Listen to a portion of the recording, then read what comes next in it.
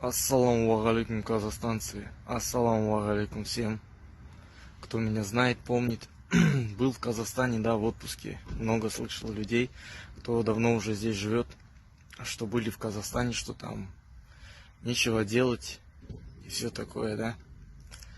Хотел бы вам сказать, сказали мне как, то, что поедешь, все это увидишь, все поймешь, сам сделаешь свои выводы.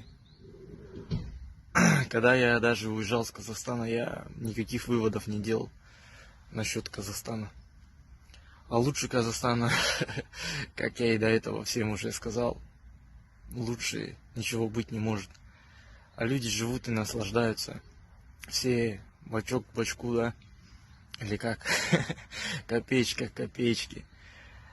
В глазах у всех счастье. Все отдыхают вместе. Все живут, ни о чем не думая. Как-то так.